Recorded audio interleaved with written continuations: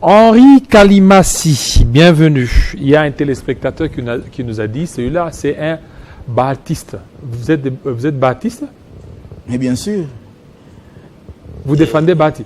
Il n'y a que lui je peux défendre dans ce pays. Il est où maintenant, lui, actuellement? Il est au sommet d'ICO à Bruxelles. Oh. Enfin, il a été autorisé. Mais semble-t-il qu'on a... On ne l'a jamais empêché. On ne l'a jamais empêché? On ne l'a jamais Donc empêché. Donc là, ce n'était que des rumeurs, des réseaux sociaux. Bati Lukwebo, c'est un sénateur. Au-delà d'être sénateur, il est le deuxième vice-président du Sénat. Au-delà de ça, il a un passeport diplomatique. Donc ce sont des gens qui stigmatisent les choses inutilement. Vous savez, Bati, c'est un grand dans ce pays. Et nous connaissons les jeux de l'ennemi. À chaque fois qu'il y a des tractations politiques, à chaque fois qu'il y a des mouvements politiques, l'animal à abattre et à vilipender par ses détracteurs, c'est Bati Lukwebo. Et nous connaissons tous ces jeux-là. Il se cacherait derrière le pouvoir. Nous faisons confiance à celui qui nous avons commencé ensemble cet avènement de l'union sacrée. À celui qui nous a placé confiance de l'accompagner, Félix Antoine Tshisekedi Tshilombo. C'est à lui que nous plaçons notre confiance et nous disons, nous serons avec lui de la même manière que nous avions commencé. On a commencé avec lui en 2000. Après la dissolution de l'FCC Cash. On l'a aidé à monter l'union sacrée. On est parti avec lui aux élections de 2023. On l'a aidé dans l'espace swahiliphone qui contient aujourd'hui plus de 13 provinces pour lui donner beaucoup de voix jusqu'à faire 73%. Tout ça, c'est l'œuvre de Bati Lukwebo et son parti, l'AFDC, qui est implanté sur toute l'étendue de la République, dans les coins et recoins de la République. Et pourquoi il ne se prononce pas? On dit que c'est parce qu'il a c'est bien au niveau de Nord Kivu ainsi que Sud Kivu. Voilà pourquoi il a peur de se prononcer, des peurs de les perdre. Vous voulez qu'il se prononce comment? Qui condamne ce qui se passe. Je disais tantôt autrefois ici, Bati était le premier à dénoncer la situation du Nord Kivu et du Sud Kivu. Il avait même doigté la MONUSCO à l'époque. Le 25 janvier, l'AFDC et toutes les associations qui soutiennent, qui sont associées à l'AFDC avaient manifesté à Bukavu avec une popularité énorme. Presque tout Bukavu s'était mis debout pour soutenir nos FARDC, pour soutenir le président de la République. Ils étaient les premiers, les jeunes de l'AFDC, à aller s'enrôler au stade pour devenir des Ouazalendo. Tout ça, c'est l'œuvre de Bati. Ici à Kinshasa, Bati Lukwebo a fait un communiqué soutenant le président de la République et les FARDC. Vous voulez qu'il se prononce comment? Quand bien même que vous voulez chercher l'époux, c'est une tête chauve. Écoutez, les détracteurs de Bati, soyez calmes. Bati, c'est un animal politique. Il a commencé cette politique pendant que vous étiez encore très loin de la politique. Et nombreux de ceux qui font la politique avec lui aujourd'hui, ce sont ses enfants. Bati n'est pas là pour s'égaler à une génération qui a le même âge que ses enfants. Il se comporte en papa, il a droit au respect et il a droit à observer comment les enfants se précipitent à avoir ce que lui avait déjà eu. Est-ce qu'il paye ses taxes, lui? On dit qu'il se cache derrière le pouvoir pour s'exonérer des taxes. Il est dans des mines, il est dans l'hôtellerie, il est dans beaucoup. Et là, il paye pas. C'est comme s'il ne paierait pas ses taxes. C'est là où je voudrais peut-être aborder aussi cette question. Parce que vous dites que Bati ne parle pas. Je voudrais dire aux Congolais, Bati, c'est un grand notable du Grand Kivu, dont notamment les Maniema, le Nord Kivu et le Sud Kivu. Aujourd'hui, dès de ces 3 provinces sont envahies par le M23.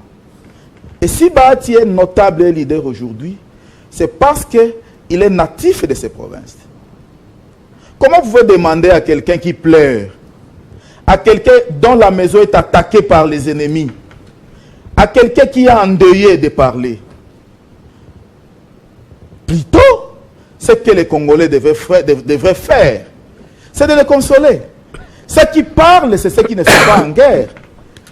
C'est ceux qui devraient parler. Mais Bahati est touché dans son fort intérieur. Comment il peut parler? Bahati est en train de perdre les personnes humaines. Vous venez de dire là des taxes. Moi, je ne voudrais pas aborder cette question parce qu'on risquerait de dire que Bahati, au lieu de voir les hommes et les femmes qui meurent à l'Est, lui ne voit que ces histoires. Mais si je vais aborder cette question, c'est par rapport à ce que votre confrère Gauthier Sey a dit, laissant son travail de mécène, de musicien, il veut aujourd'hui entrer dans la scène politique, je ne sais pas téléguidé par qui, et nous connaissons la chaîne dans laquelle il est allé faire ses déclarations. Bahati n'est pas tombé comme les cheveux dans la sauce. Bahati a commencé la politique pendant qu'il était homme d'affaires.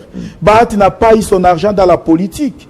Bahati, c'est un homme d'affaires dès son jeune âge. Dans la société civile à l'époque de Mobutu, où est-ce qu'il pouvait vivre sur le dos de la République? Pour votre information, c'est Bahati qui est aujourd'hui marginalisé. L'hôtel Nuit Riviera de Goma, l'hôtel Nuit Riviera de Bukavu sont assiégés aujourd'hui par le M23, alors que ce sont ces biens privés. Est-ce que le M23 avait aidé Bahati à construire ces biens-là? Bahati, aujourd'hui, on a pillé plus de 5 mini-bis Coaster qui sont partis, des jeeps qui ont traversé. Ces 2 villas au bord du lac sont assiégées par les autorités de M23. Qui peut accepter cela pour qu'on vienne les salir inutilement? Bon. Bahati a fait des déclarations pour dénoncer que c'est le Rwanda qui est en train de tuer ses frères. Vous pouvez vraiment croire que Bahati, le Rwanda qui est en train de faire saigner ses frères, aujourd'hui, il y a d'autres qui dorment dehors. Et Bahati va se rallier avec ces gens-là. Nous ne voulons pas parler des choses. Je voudrais dire à Gauthier Sey, cette déclaration, si on t'a envoyé, sache que l'AFDC et son autorité morale vont tester en justice pour outrage à son autorité et diffamation à son autorité. Voilà. Parce que Bahati Lukwebo, laisse-moi terminer, M. David, j'ai des preuves avec moi ici. Montrant quoi? Bahati est dans les activités commerciales, les minières. Vous pouvez témoigner tout ça. Ce sont des bordeaux de versement, Bank, tout ça. Ce sont des documents qui attestent que Bahati paye ses taxes. Il paye. Il paye ses taxes. Pour cette année seulement, 2025, au CAMI, au cadastre minier, Bahati a payé 284 000 $, Pour les impôts fonciers, Bahati a payé pour l'année 2025 ici, 29 720 $,98. Où est-ce qu'il vit au dos de la République? Où est-ce qu'il se cache derrière le pouvoir pour ne pas payer les taxes? Écoutez, Bahati Lukwebo, c'est quelqu'un qui a été instruit par ses parents. C'est quelqu'un ici d'une bonne éducation, d'une bonne instruction. C'est quelqu'un qui est pour la bonne gouvernance. Pour votre information, toutes ces activités sont à Bukavu. Le gouverneur du Sud Kivu, c'est Jean-Jacques Pouroussi. Il est ici d'ailleurs. Vous comprenez? Bahati pouvait ou ne pas payer toutes ces taxes, mais il les paye pendant que c'est le gouverneur de l'AFDC qui est là. Par rapport à la gouvernance, il y a eu la ministre provinciale des Finances, qui est membre cofondatrice de l'AFDC, qui est présidente de Ligue des femmes au Sud Kivu. Mais Bahati Lukwebo a demandé qu'on le limoge du gouvernement provincial. Par rapport à la bonne gouvernance, c'est parce qu'il voudrait voir la province du Sud Kivu se développer. Mais quand des petits gens comme c'est un journaliste. Veut s'égaler à cette icône de la République. C'est un journaliste. Et il doit savoir où se mesurer. S'il cherche, il cherche à faire sa publicité au nom de Bahati. En tout cas, il doit faire attention. Alors, Bahati n'est pas son ami. Apaisez-vous. Monsieur Gauthier Sey, que ce soit la première et la dernière fois. Non, ce n'est pas les lieux de menacer. Il faut leur dire que Bahati Lukwebo n'est pas ton ami. Voilà, ce n'est pas les lieux de menacer, monsieur Henri Kalima. Je ne le menace pas. On sent, je lui dis la vérité. Ouais, on sent le bahatisme qui bat. Il faut savoir mesurer de vous. Et savoir qui pointer pour faire ces bêtises. Voilà, non. Enlevez le mot bêtise. J'enlève, mais au moins. Ça, c'est le plateau sain. Voilà. Alors, question de vous apaiser un tout petit peu. Le chef de l'État a demandé à ce qu'il y ait un gouvernement d'union nationale. C'est que Judith Suminwa Tombere. Bon, dans les calculs politiques, tout est possible. Elle peut ou n'est pas tomber. Mais les réalités politiques voudraient que quand le conseiller spécial va rencontrer ceux qui voudront, tel que l'a dit le président de la République, entrer dans le gouvernement d'union nationale pour l'intérêt supérieur de la nation. Parce qu'aujourd'hui, nous devons d'abord parler de la République. C'est dans ce sens que le chef de l'État a abordé. Parce que nombreux l'ont traité de tribal, l'ont traité de tous les maux du monde, alors que lors de sa prestation de serment au stade des martyrs, il avait tendu la main à tout le monde pour qu'on vienne travailler pour les comptes de la République. Il vient encore de réitérer ce qu'il avait dit au stade des martyrs, lorsqu'il a rencontré les sénateurs et députés de l'Union sacrée, ainsi que les présidents des regroupements politiques. Pour l'intérêt supérieur de la nation, parce que nous devons être soudés face à l'ennemi. Nous devons être unis face à l'ennemi. Là encore, le président de la République a démontré sa grandeur politique. Oubliant que c'est lui qui a été élu avec ses députés et sénateurs. C'est lui qui détient la majorité. Et il pouvait gérer la République seul. Mais il s'est dit, face à l'ennemi, que la haine ne nous divise pas. Que nos ambitions politiques ne nous divisent pas. Voyons d'abord la République. Et pour la République, s'il y a eu les gens qui ont été blessés, s'il y a eu les gens qui pensaient que moi, je devrais gérer seul, je les invite pour qu'on gère ensemble. Mais il n'y a personne qui a... Afin que nous puissions mettre nos synergies ensemble. Il n'y a personne qui a répondu à cet appel. Écoutez, les opposants ont refusé. C'est vous qui Fayoulou a refusé. C'est vous les journalistes qui animez les choses. Matata a refusé. Katumbi a refusé. Sesanga a refusé. Kabunda a refusé. Laissons ce travail au conseiller spécial du président de la République. C'est lui qui viendra faire rapport au président de la République pour dire tel a refusé ou tel a accepté. C'est pourquoi même le chef de l'État a dit ceux qui voudront. Le chef de l'État ne force pas. Il a dit ceux qui voudront. Et d'ailleurs, vous devrez savoir que pour sauver la République, il ne faudrait pas nécessairement continuer à prendre ceux qui s'étaient déjà enrichis au-delà de la République pour qu'ils viennent travailler, s'enrichir davantage. On peut changer la classe politique. Tous ceux qui viendront, qu'ils soient de l'opposition ou de la majorité, jeunes soient-ils, mais qui auront le sens de la bonne gouvernance, ils sont les bienvenus pour travailler avec le président de la République, mais sans dialogue, afin de bouter dehors les ennemis. Sans dialogue. Nous l'avons toujours dit. Le dialogue pour l'intérêt du Congo, nous sommes d'accord. Mais le dialogue avec les marionnettes des Rwandais qui vont nous amener encore d'autres agendas qui asphyxieront la République, ça nous n'accepterons jamais. Voilà. Le Rwanda s'est joué de nous plus de 30 ans aujourd'hui. On a eu plus de 10 millions, 12 millions de morts, pas plus qu'avant-hier. On a perdu plus de 9000 âmes au Nord Kivu, sans compter aussi le Kivu.